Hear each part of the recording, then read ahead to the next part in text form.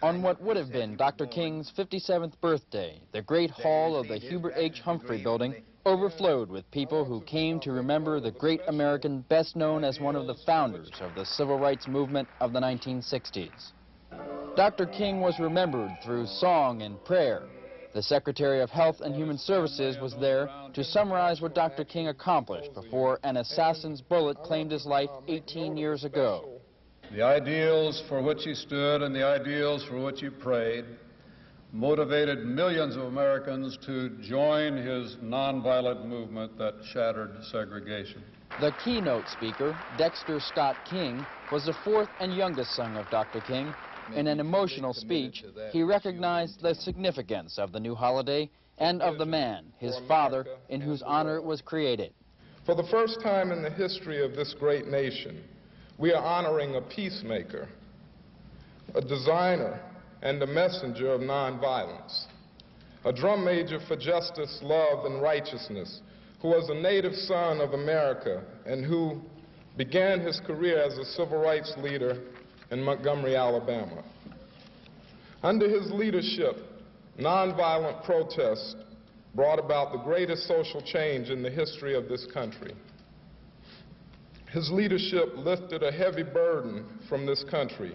Where others preached hatred, he preached and taught the principles of love, nonviolence, and a patriotic commitment to making democracy work for all Americans. It wasn't until January of 1982, after years of trying to have a holiday set aside for Dr. King, that his widow, Coretta Scott, and other civil rights leaders succeeded in persuading the Congress to pass the legislation creating the special day. It should be a day, however, not marked by commercialism, but rather by a simple remembrance of his life's work. I think that the greatest gift that we could give him would be a gift of love, a gift of peace, a gift of unity, a day when we should all reflect on the teachings that he so frequently talked about. In Washington, John Myers, America Today.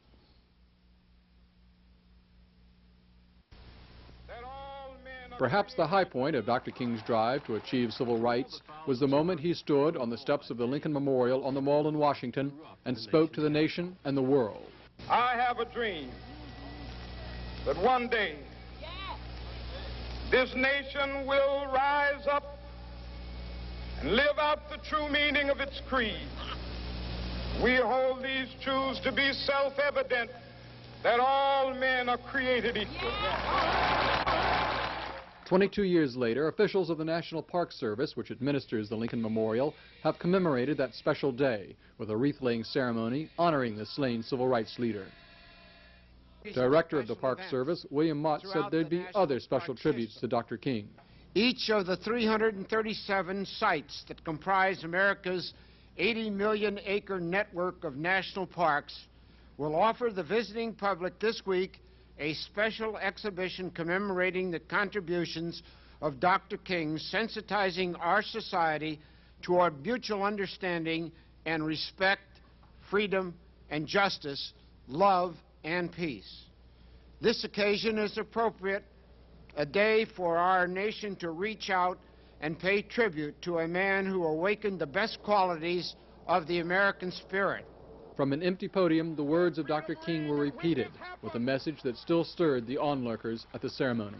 And when we allow freedom ring, when we let it ring from every village and every hamlet, from every state and every city, we will be able to speed up that day when all of God's children, black men and white men, Jews and Gentiles, Protestants and Catholics, will be able to join hands and sing in the words of the old Negro spiritual, free at last, free at last. Thank God Almighty, we are free at last.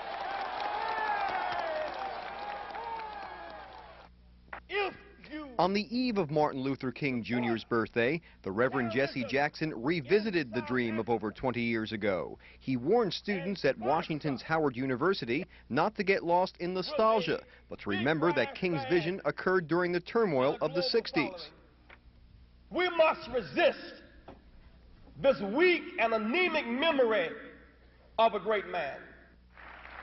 For to think of Dr. King only as a dreamer is to do injustice to his memory and to the dream itself.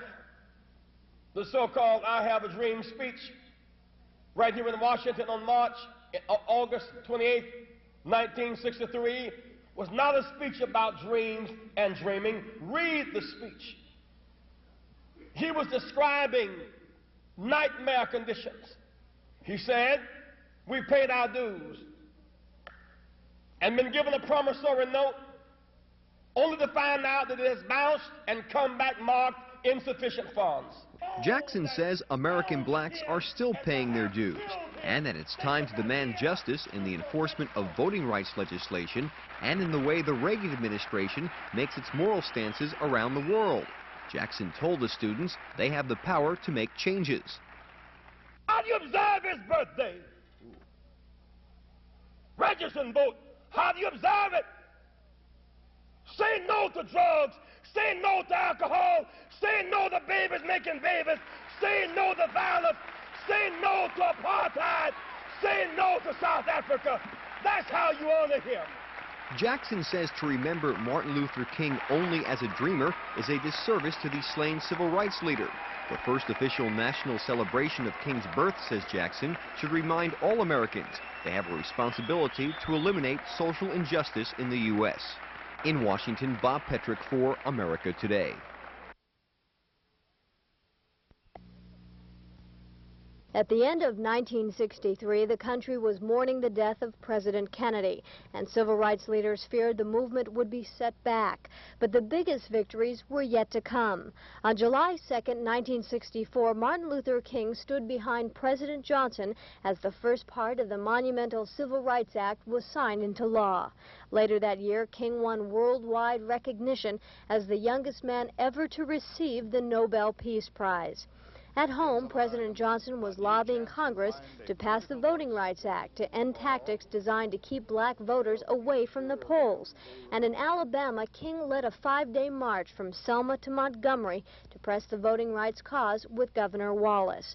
By the end of the summer of 1965, President Johnson signed the Voting Rights Act into law. These were triumphant days for black leaders, but tragedy was just around the corner. In February of 1968, black sanitation workers went on strike to protest unfair treatment by the city.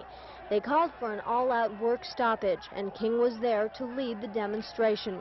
But mixed in the group were black militants who started rioting and looting. In the violence that followed, a 16-year-old boy was killed.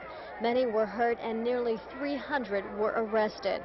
King was shaken by the events. He was receiving death threats, and friends said he knew the end was near. And I've seen the promised land. I may not get there with you, but I want you to know tonight that we as a people will get to the promised land.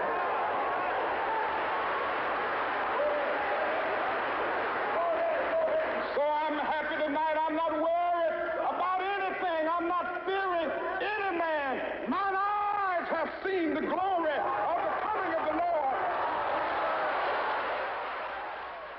The next day, King was assassinated. A life dedicated to peace ended in violence. We gather here this morning in one of the darkest hours in the history of the black people of this nation. Free at last! Free at last! Thank God Almighty, we are free at last! The president traveled to Southeast Washington to speak to some youngsters at an elementary school named for the civil rights leader. Mr. Reagan praised Dr. King for his leadership in making America freer. Martin Luther King Jr. was right to insist that the civil rights movement be non-violent, and he was brave. Your teachers won't approve of my using the word I'm going to use now, but I have to. It's the best word for it. It takes a lot of guts not to hit back when someone is hitting you, and he had that kind of guts. He was a great man who wrested justice from the heart of a great country, And he succeeded because that great country had a heart to be seized. Martin Luther King Jr. really helped make our nation freer. It's not a perfect place. We still have a long way to go. There's unfinished business, and we can't rest until all prejudice is gone forever. The president told the students the nation is different and better because of Dr. Martin Luther King. Our country is different because Martin Luther King Jr. made it better by the way he lived his life. And that's why Dr. King's birthday is now a national holiday for everyone in the country, because his contributions benefited all Americans.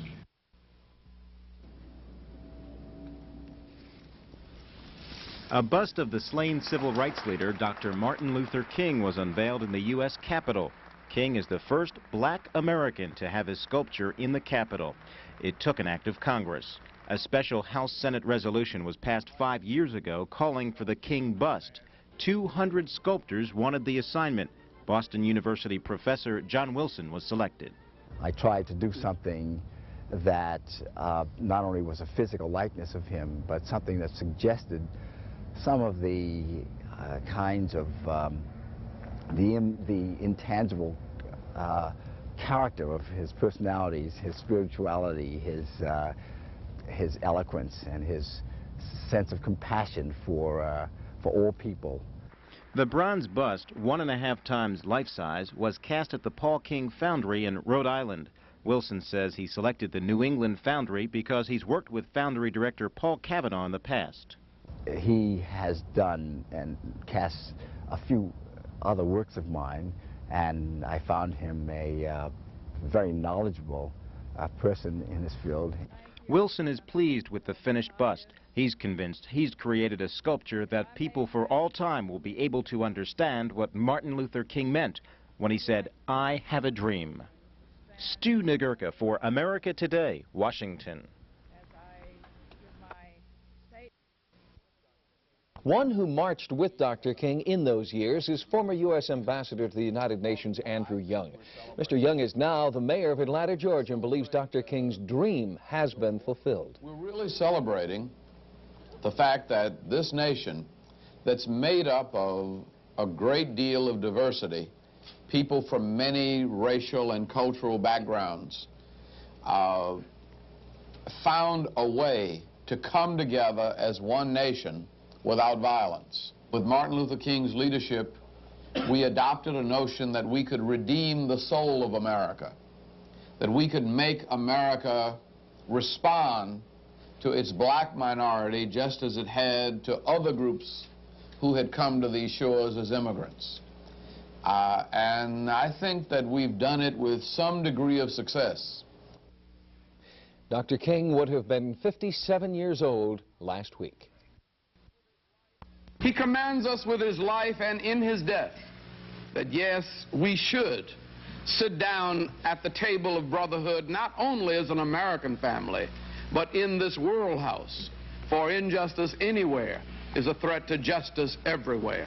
Segregation now, segregation tomorrow, and segregation forever. And that was the old George Wallace.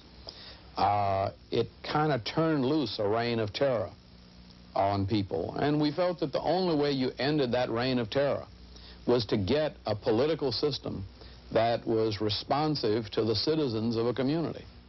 So we went to Selma deliberately, trying to find a mechanism to get our voting rights protected by the federal government. Selma is the focal point. Selma is the heart of the Black Belt. Selma is a symbol of the resistance to the right to vote.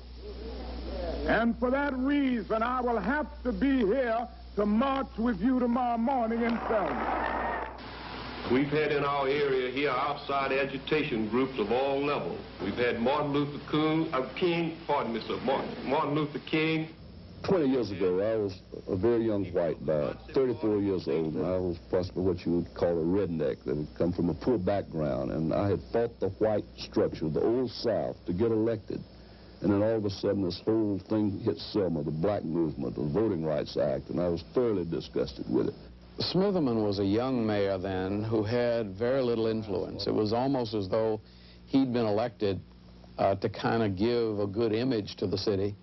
But the city was really run by Jim Clark. The Board of Registrars is not in session this afternoon, as you were informed beforehand. You came down to make a mockery out of this courthouse, and we're not going to have it. Under Alabama law, the sheriff is the highest elected official in a county. He even is higher than our police department. And the governor even had to take a lot of mess off of Clark because it was popular what he was doing in those days. He symbolized the old plantation slave master. I mean, it was his role and his conviction that you just had to beat some sense into these niggas. He read the political winds wrong, and he put on a good act. He had a helmet liner like General Patton and a big swagger stick, and he had formed under state law what you called a posse. And they had the riding posse, the walking posse, and they would form around him at the courthouse. And Dr. King and his staff would do everything we told them to march through the city to get to the courthouse to provoke him. It made good news. And it got their demonstrations on the national news every night.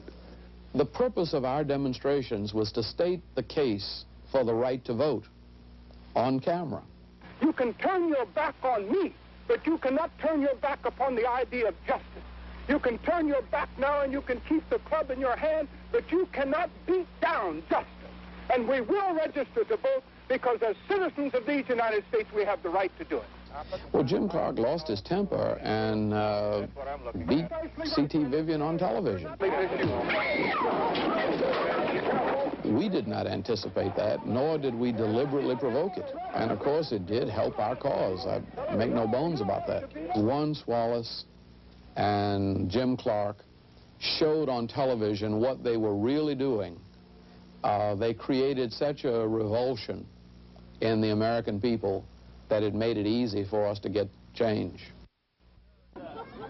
This is Derek Moore. As part of America's remembrance of Dr. King, Washington, D.C. presented a dramatic view of the civil rights leader's sacrifices and achievements. Thousands of people gathered at the city's Martin Luther King Memorial Library to witness the unveiling of a large mural portraying King's life. It's not just for black people to remember, it's for all Americans to remember, because Dr. King was a leader not of just black people, but a leader of all Americans, wasn't he? And so we've come this day with a mural that grew out of the determination of an artist to use his talents and his skills and emotions, but also the faith of a people to do something notwithstanding the fact there was no money there. The King mural documents the leader's great influence on American society from the early days of the civil rights movement in the 1950s to King's assassination in 1968. The painting was the idea of Don Miller. I hope that it will be here as an inspiration to others as it was to me while painting it. Frankly, I had a deep affection for Dr. King, a profound gratitude for the work that he did attempting to lead this country into a more just society. My respect and admiration for him developed as I painted the mural.